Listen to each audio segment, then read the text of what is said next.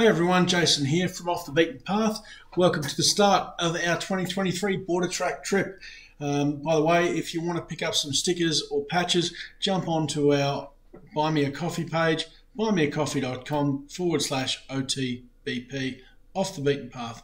You can pick up stickers and patches there if you're interested. Or you can just donate coffee and buy me a virtual coffee to support the channel and what we do. So coming with us on this trip, of course, I'm coming on the trip. Always got to have that one guy that plays in the mud and makes things look hard. Got to be there. Also coming on the trip is Dan from Out There with Dan in the Iron Emu, his revamped 90 Series Prado.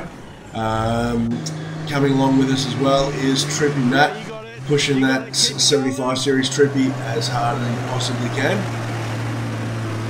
and making short work of the border track. Of course, no trip's complete without Luca, the Italian chef, pushing that TB48.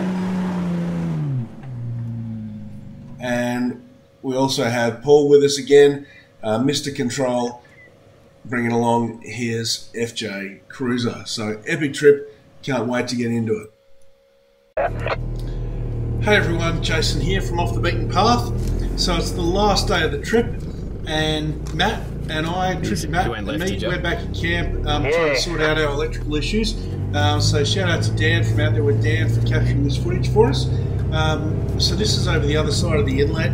There's some sand tracks there where you can explore the inlet a little bit. And Dan, Paul and Luca headed off to do just that. A little bit bouncy, as you can see just there. But down the end of this track there's a parking area where you can head to the beach, or you can just enjoy the inlet there. And it's not a real long drive. It's roughly maybe 10 minutes drive. That's literally about all it is. And we're just coming to that car parking area now. Luca stayed down at the inlet, but we're just going to see where this goes. So Paul's just gone up here. So as you can just see there, the track to the beach is closed to vehicles. The bird life here at Aire Inlet is pretty spectacular. This morning we got woken up to a symphony. I like to be swimming in that. As you can see, quite a nice bit rough, doesn't it? Yeah. It was so loud from camp. It sounded like it was 50 metres away, but more like 1 to 2 kilometres. Nice rip.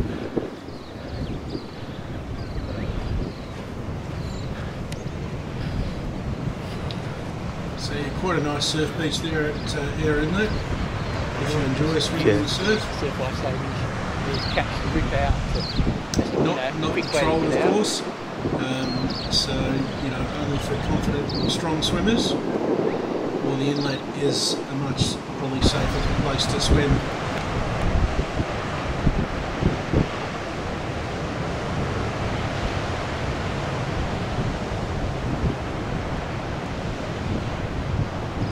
Quite a lovely part of the Victorian south coast.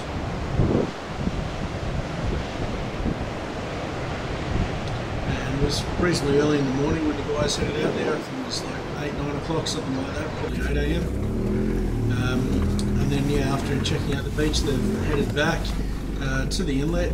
Bit of a sharp turn, you can see here in the sand. What a pretty spot to come out to. To head down along the inlet. Let's go right, through left.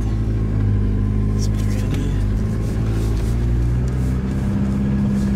here. Out. There you go. And you can see some bollards in the sand up here. There's a clear limit on how far you can take your vehicles, so you don't take your vehicles out to the surf beach.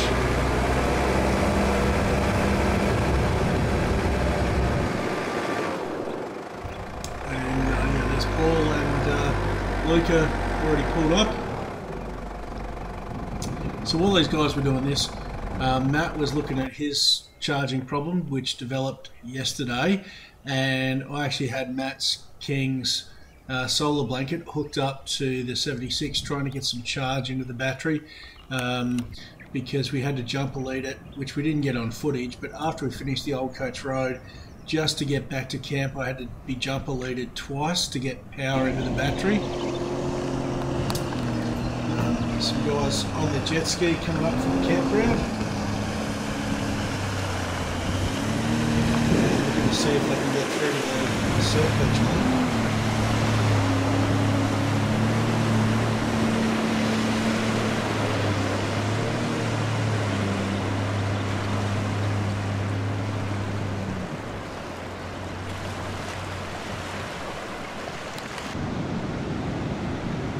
These guys didn't get too far with their jet ski, struggling a bit. How's this rocky cliff escarpment? Very pretty. See my footsteps there. It's such a nice area. A bit of a longer walk than you think. Aire Inlet, and look, I think the Aire West Camp Ground where we are is the best one. There's another campground, Aire River East, the other side. Still walk like this, but it's not nearly as close to the inlet as where we got to camp. Unpleasant. I definitely think if you're going to book, and you do need to book in this campground, you want to try and book a spot in the Aire River West. We're just having a look, and if there are plans to get out to the ocean, there's got to be 10, maybe 15 metres there, which would possibly be safe. But once you get through that, it's just crashing waves. So they did get the jet ski out to the ocean. Just watching here to see whether we're going to have to rescue them. If we have to rescue them, now's their chance. Otherwise, they're the only ones out here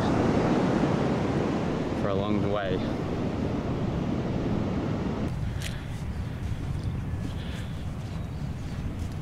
Heading back along the inlet, back to the vehicles.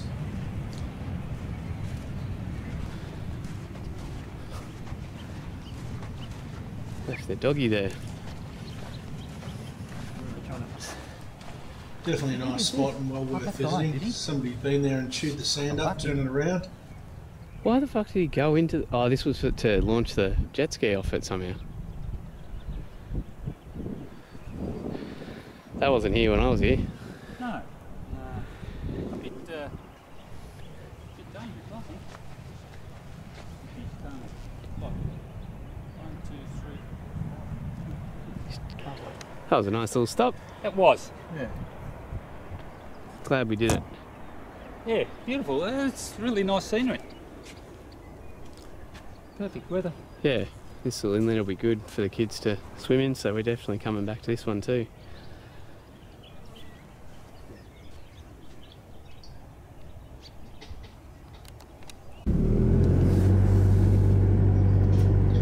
So yeah, the guys had a nice explore of the inlet. It was a shame Matt and I didn't get to do that. I have been in camp here before, so I have been up the inlet before.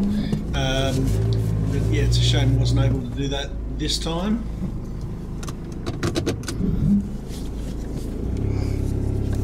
A little bit tight turning around. There's not actually that much room between the water and the sand.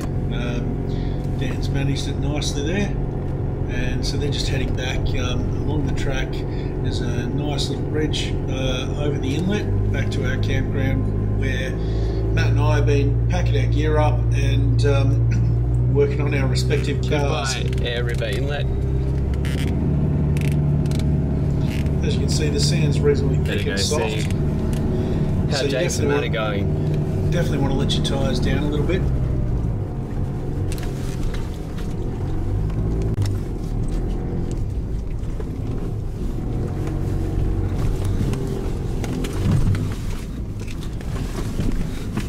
Bouncy in spots there. Difference between shooting on a camera and a GoPro. The GoPro smooths a lot of that out and you don't really appreciate just how rough the track might actually be.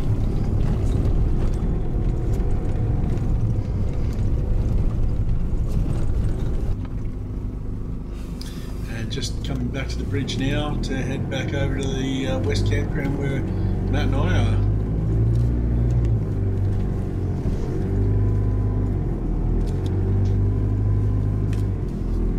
Cracking spot down here. Long way for us to get down here, but for those of you that might be watching this that are around Melbourne, the Otways are not that far. How you going, guys? You doing the Great Ocean Walk? Yeah. Awesome. Have a great day. See ya. A little bit keener and fitter than me, that's for sure.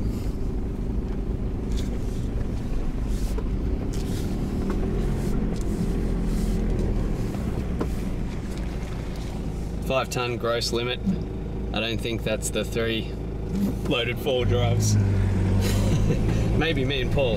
I think we might sneak in 2.5 ton each, I reckon.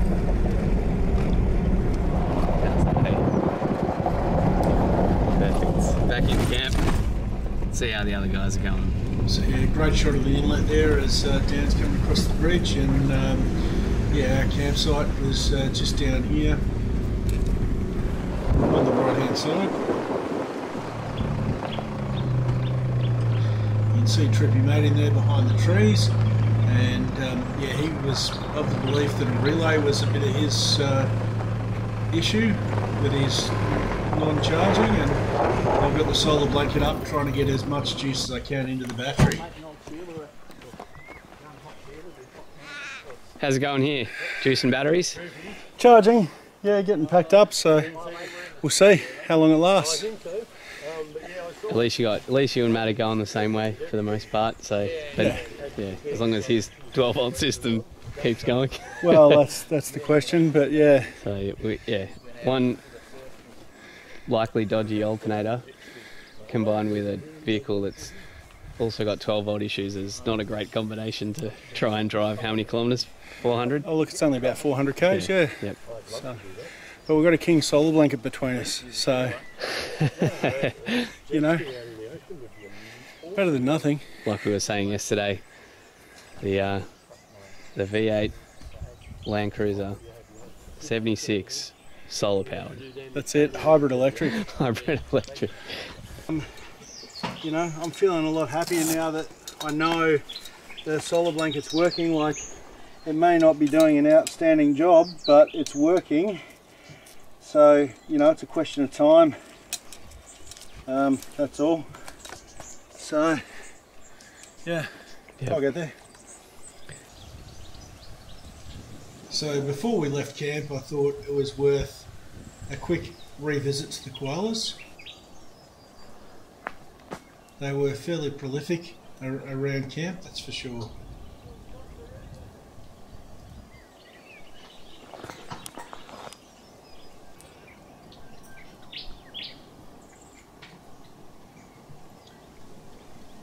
And yeah, I love how this guy's just pulling the branch towards him to chew on those leaves.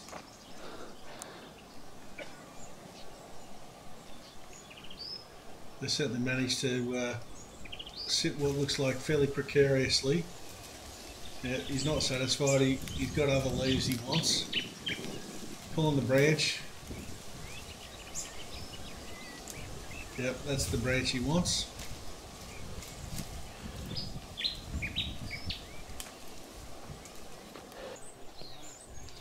And this one's the one with the little baby on its back there.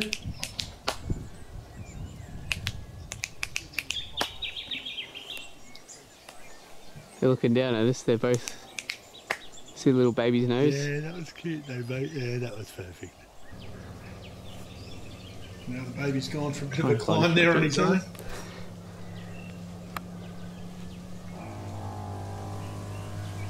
That sounds like an air compressor. Mum, what was that? Mum, those four-wheel drivers are at it again.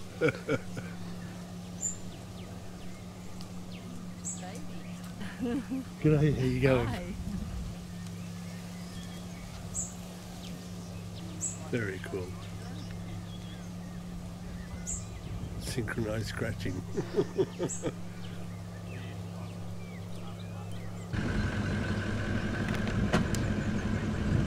That was the moment of truth. 76 is going.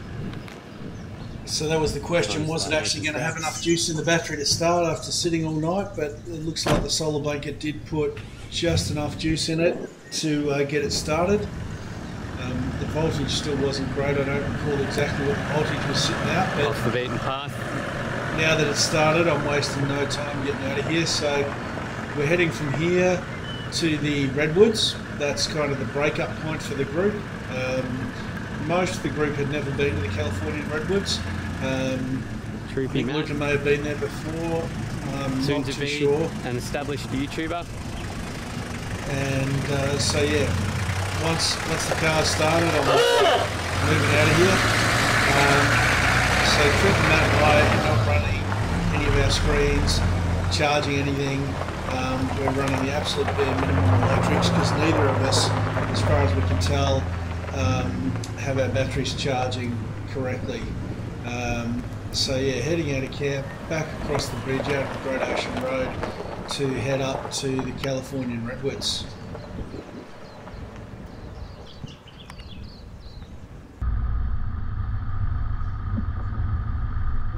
Such a cracking day and lovely part of the world. So I know you've seen the bridge coming the other way, but it's such a nice drive across the bridge. I did leave this in as well, crossing the inlet.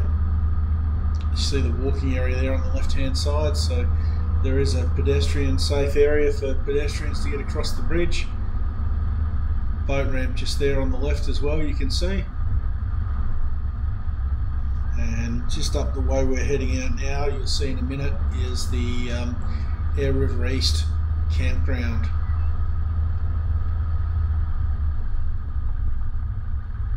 Possibly if you're wanting to be able to put a boat in, maybe this is better, but I think in terms of views of the inlet, the other's better. So that's the Aire West Camp Ground just in there.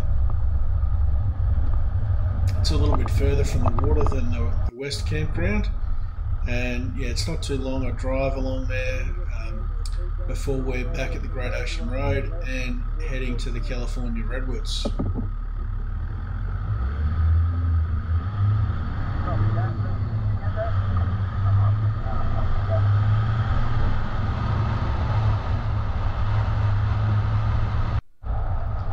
So we sort of went up to, I think, Lovers Hill Road and then came into the Redwoods from the north.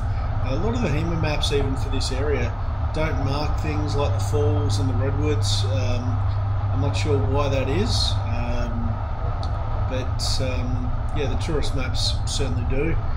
There's quite a good PDF map of the Otways you can download from Big Tourism that has things like the Redwoods and Rollison Falls and all the places in this area that you might want to go visit. But yeah, it's quite a twisty little drive down to where the Redwoods are in a valley. And I must admit that the whole time we're driving down here, I'm thinking, I have to drive out of here. Am I going to have enough charge in my battery? Also, fuel was getting a little low because we last refueled in Mount Gambier, and I had intended for us to refuel in Portland, but that didn't happen.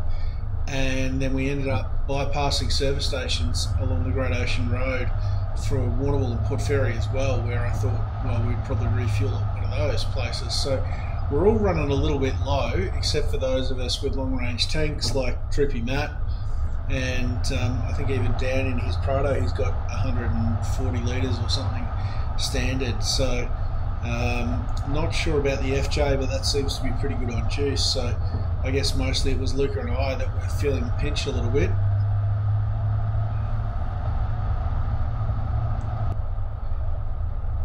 But yeah, it's not a real long drive, and here we are at the Californian Redwoods, popular spot. So as you can see, cars parked up on the road here, quite a variety of vehicles.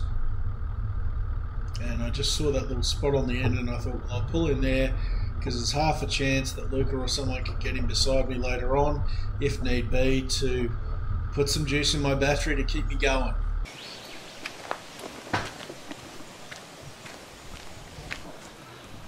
Gee, I reckon, Dan, I think people would be pretty nervous if I walked down this path with a chainsaw in my hand.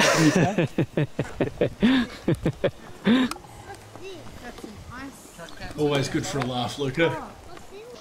They get a bit of sway at the top there. They get a bit of sway at the top up there. Or maybe it's me. No, it's the trees. It's definitely the trees. Like a loop walk here or something? No, you just got to walk in and walk out. Very scenic spot at the Redwoods. As you can see, there's a nice little river that flows past the plantation of the Redwoods. It's not a huge area, and it is very popular, but yeah, certainly a nice place to hang out, and it's really cool under the canopy of the Redwoods as well. Because they're so tall, not a lot of light gets right down. So well worth checking out if you're near the Otways at all. And despite how it looks, the bark's actually softer sort of bark. It's not really hard and rough. Quite unusual.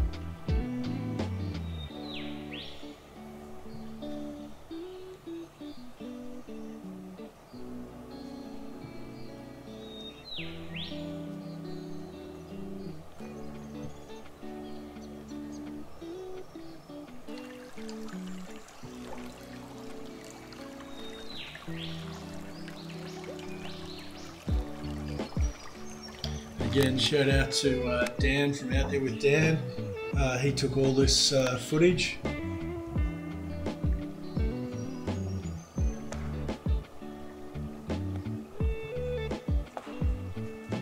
must admit, I was just trying to chill out for a few minutes before thinking about how I was going to get this vehicle home. Given that to date I hadn't been able to drive more than about 150 kilometres without needing to recharge the battery, and my plan of having Matt jump a lead and recharge me wasn't really going to work now because he's got his own battery issues with his battery not charging correctly.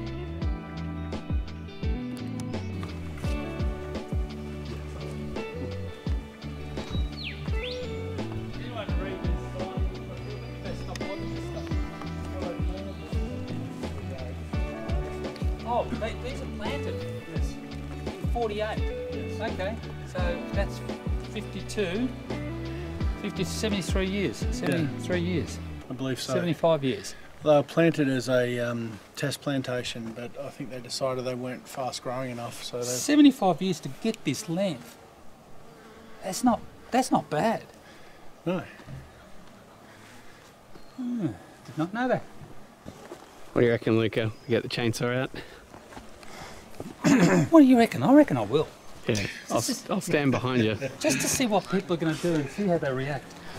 Dan and Luca together, they're as bad as each other. Non parlo inglese, cosa dici? Fuoco! Rest assured, people, he had no intention of come cutting with down one of the Come with a jump just to be clear. Yeah. Right now, I can't assist him at all. Yeah. Yeah. Here's Luca with the chainsaw. Does he want to pull the chainsaw out? Yeah.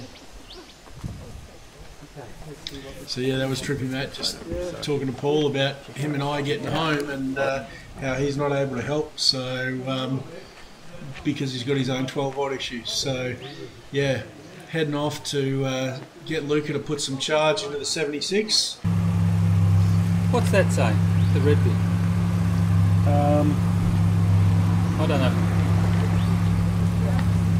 Battery charge indication. That little thing in the middle. Yeah, I don't. My eyesight's not brilliant I'll get either, my glasses.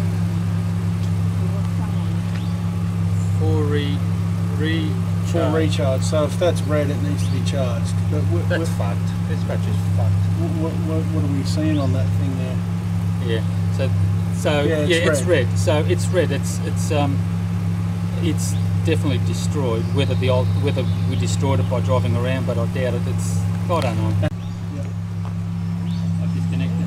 Definitely destroyed. It's connected together, so it's drawn. The engine will still run. by using a small amount of power from that. But yeah, I can't move those over onto that one anyway because they're screw-in terminals. And No. These are just on. These are just off. Oh, I think I see. So all you've got is a spigot left, and we move that across and tape it all up. You can do the same with that. Move it across and tape it all up. Yeah. And then your little power that the engine's using will be drawn from that. Yeah. Because if we use parallel now, this buggered battery will make this battery lose power fairly quickly. Yeah.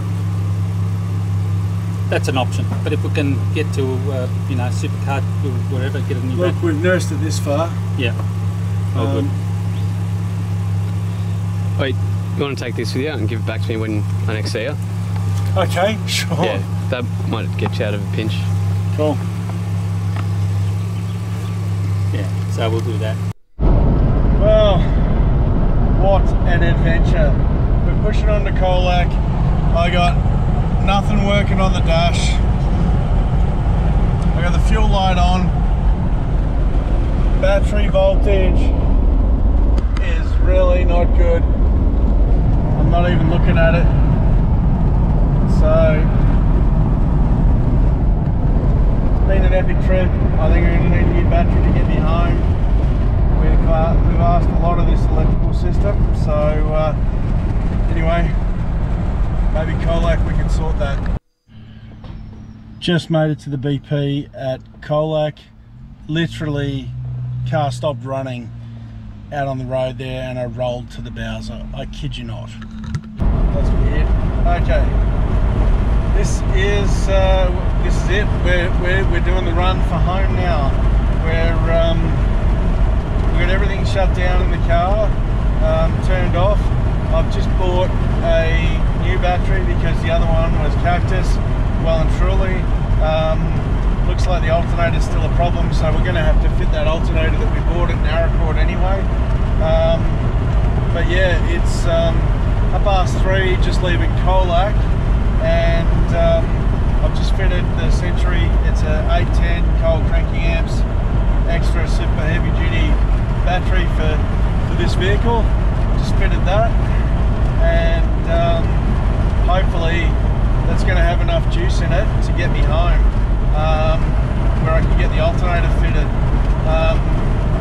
You know, look, the other battery, jury's out. Did we kill that in the last day and a half, continuing to drive and charge it intermittently? You know, or was it on the way out? You know, I don't know. Don't really know how long it had been in the car. You know, probably we helped kill it, but you know, we got the money shot on the beach. You know, that was worth it. You know, we didn't do the whole last bit of the track I wanted to do, but we got to the beach, got the vehicles lined up on the beach. That was pretty awesome.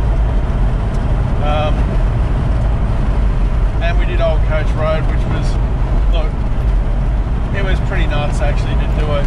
Upon reflection, probably shouldn't have done it with the issues I was having with the vehicle, but at the same time, you know, it's a 5.5, 6 hour drive for me to get down there. So, you know, last time I was down there and did the Old Coach Road was 3 years ago. So when am I going to get back there and do it again, you know?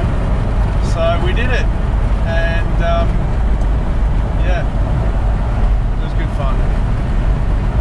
Anyway, it's been an epic, like, 5 days. Time to get back to work and try and earn some money to pay for it. You know how it goes, you got to pay to play. But yeah, really happy with the 76 on the whole. Alternators are a known issue, and look, when you buy a second-hand vehicle, things like batteries, you don't know how old they are. There was no markings on that one, so anyway, we'll carry on. Just trying to catch up to Troopy Matt. He's got a relay that has failed somewhere in his electrical system, and that's preventing his crank battery from charging for some reason, shorting the system out or something. And look, he went to Repco's, he went to a Toyota dealer. Can't get one of these relays anywhere, they don't make them anymore. he's probably going to have to hunt one up from a wrecker. So he's, like me, just pushing for home. It's going to get dark before we get home, so we're both going to have to run lights. So we're just trying to minimise the length of time for which we'll have to run lights by getting as far as we can. So far this new battery's holding at 12 volts, which is really cool. You know, it'd be nicer if it was 12.5 or something, but it's holding at 12, it's not dropping, not yet. Where the other battery wasn't holding any charge, it was dead, cactus. So anyway, we'll see. Well, the saga doesn't exactly continue. It's kind of been solved. As you can see, I've got my screens on now. I've also got the air conditioning on, and that's because after leaving Colac covering 5Ks or so, the battery light went off. The voltage is reading 13.3 volts, and it seems happy.